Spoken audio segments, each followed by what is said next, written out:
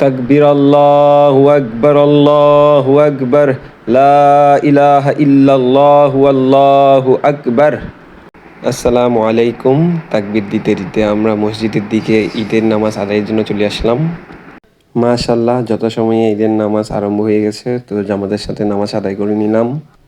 ঈদের জামাতের পর মনোযোগ সহকারে খুতবা শুনতেছি। ঈদের নামাজ এবার মসজিদের ভিতরে হইছে, বাইরে বৃষ্টি পড়ছিল যার কারণে ঈদের নামাজ ভিতরেই হইছে। দেন আমরা বারান্দায় বসছি, মসজিদে অতিরিক্ত মানুষ হওয়ার কারণে ভেতরে জায়গা হয়নি। দোয়া দুরুদ করে আমরা বের হয়ে গেলাম, যে যার মতো করে ছবি তুলে নিচ্ছে।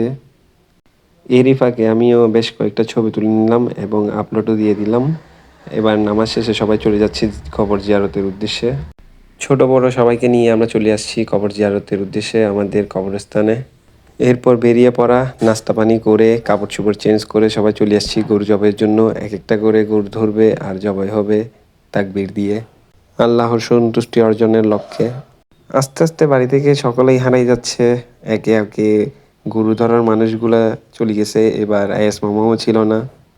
আমাদের গরুও শহরে, কিন্তু আমি চলে আসছি এদের সাথে ঈদ করার জন্য। গ্রামের আসলে ঈদের মজাটাই আলাদা। আইফোন দিয়ে ভিডিও করার কারণে ভিডিওগুলো ফাটি গেছে গা, আফসোস করতেছি কেন নিজের ফোনে করি নাই। আমার ক্যামেরাও অতটাই খারাপ না।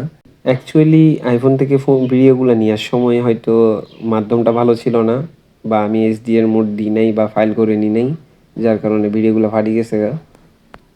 তা না হলে ভিডিওগুলো অনেক স্মুথ ছিল দেখার মতো। যখন আমি ভিডিও করতেছিলাম আমি প্রশংসা করতেছিলাম আইফোনের, আইফোন 60, ওটা সাইহামের ফোন ছিল। এবারে আমার ঈদটা একটু অন্যরকম ছিল। কোনো কাজই করি নাই, বলতে গেলে কোনো কাজই করি নাই। জাস্ট ঘুরে বেরিয়েছি, কাদের গরু কদ্দুর আগাইছে কাজ, কে কী করতেছে, কাদের এখানে আগে শেষ হইছে, কাদের রান্না হইছে, কে কী করতেছে। বলতে গেলে পাড়া বেড়ানি যেটাকে বলে সেটাই করছি, কোনো কাজই করি নাই।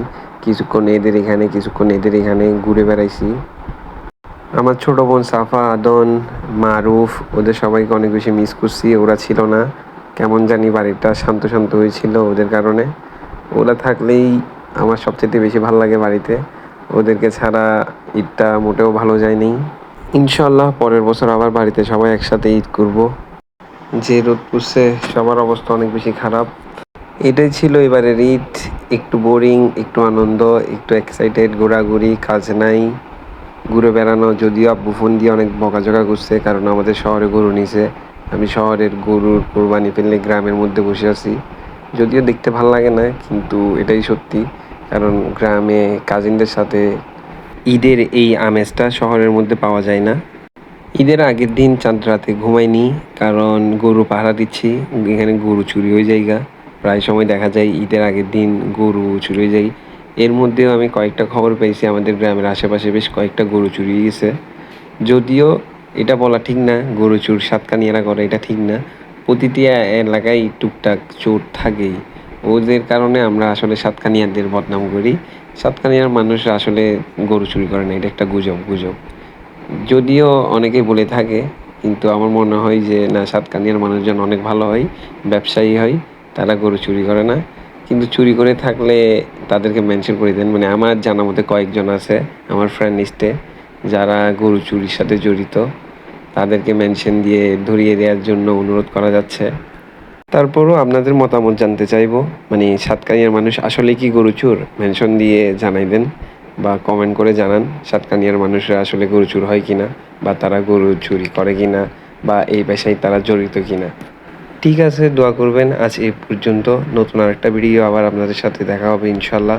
সেই পর্যন্ত পাশে থাকবেন, লাইক কমেন্ট সাবস্ক্রাইব অবশ্যই করবেন। ধন্যবাদ।